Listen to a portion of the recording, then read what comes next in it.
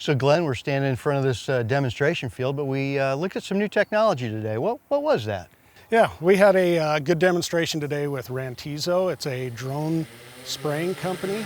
They have a lot of new emerging technologies coming to where we can utilize multiple drones and spray with swarm drones and spray specialty crops and different specialty areas that we can utilize these drones with. So I'm Tim Mundorf, Director of Soil Management, and I'm here today with Glen Franzluebbers, our Director of Professional Ag Services. And Glenn, you've seen a lot of technology come to the market through the years, but here this season seems like maybe we've got a little bit more new stuff coming than normal. What are the things we're looking at here at Central Valley Ag? Yeah, we do have a lot of things that we're working on this year. I mentioned Rantizo, the drone spraying. That's one of the key things we're looking at. We're also looking at some drone scouting through Taranis. We're looking at autonomous pivot, which is a system on the pivot that can use ground penetrating radar to estimate the available soil moisture.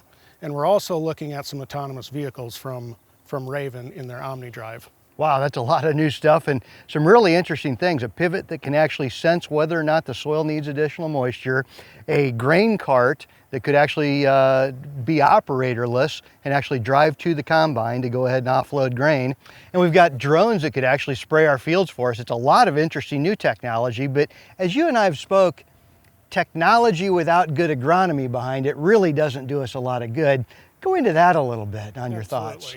Yeah, it's you know, what we're doing out here, it's all based on agronomics. It's basic agronomy. We're doing a lot of the same things we've always done.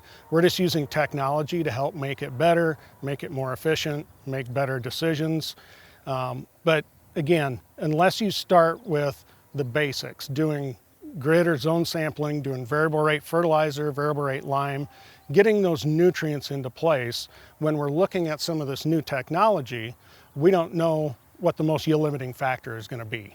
So we need to start with the base. We need to get the fertility under wraps. We have to look at variable rate seeding, variable rate nitrogen, and then we can move into some of these other technologies that can take us up to that next level. Yeah. That's one of the big opportunities we see out there, is that merging of the available technology. And that's one of our jobs at Central Valley Ag, is to kind of vet out what new technology would be most valuable to our growers and merge that with our knowledge and agronomic practices. What are the right fertility rates? What are the things that we should look at in any particular crop? Merge those two together and try to make good decisions for our growers. Right.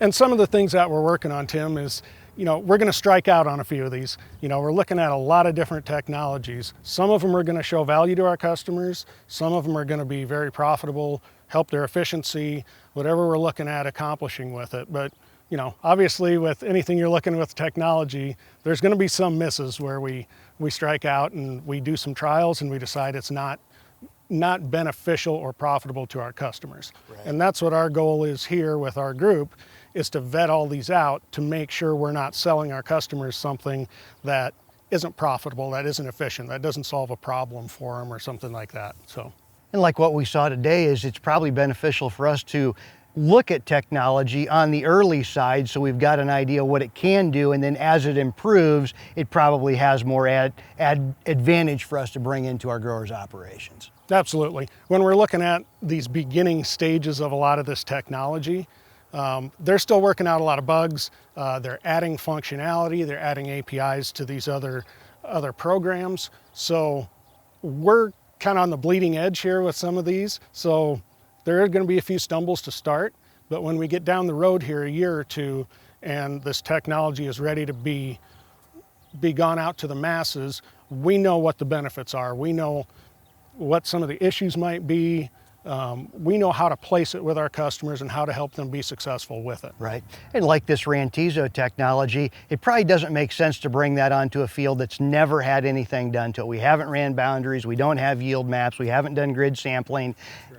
we're probably wasting some time with that. But if we can go to those fields where we've already embraced technology, then it can kind of just multiply some of those advantages we have. Again, it's not going to work for everything right now. We're talking, 2-3 gallon an acre rates. That's not going to work for herbicides, but might work for some foliar products, might work for fungicides. It's really interesting stuff. Back to the autonomous pivot, we've got a few growers trying that this year, is that right? Yes, we have 4 units out on our customers, kind of scattered around CVA. It has ground penetrating radar to estimate the available soil moisture, so we don't have to physically put a moisture probe in the ground. And with that labor, and with this, it's on the pivot, so it's going all the way around the circle and measuring more areas of that field. Then they're also working on, it's not released today, but again, some of the bleeding edge stuff, it's going to have cameras and sensors on there to be able to look at other things that are going on out in that field. And it's going to be able to sense whether it's nitrogen deficient, if we need to be putting on some nitrogen, and being able to just look at overall plant health out in that field. Yeah. At some point, we might actually be able to variable apply nitrogen through our pivot in our field in a fertigation pass, but a fertigation pass that turns on and off based off the need for nitrogen as the pivot sees that. Correct. So there's a lot of interesting new things coming, and that's part of our job here at Central Valley Ag, is to vet that technology for you to make sure it has value to the grower before we bring it out to you. So today I'm with Glen Franzluebbers, Director of Professional Ag Services, and I'm Tim Mundorf, Director of Soil Management. Thanks for joining us today on Agronomy Focus.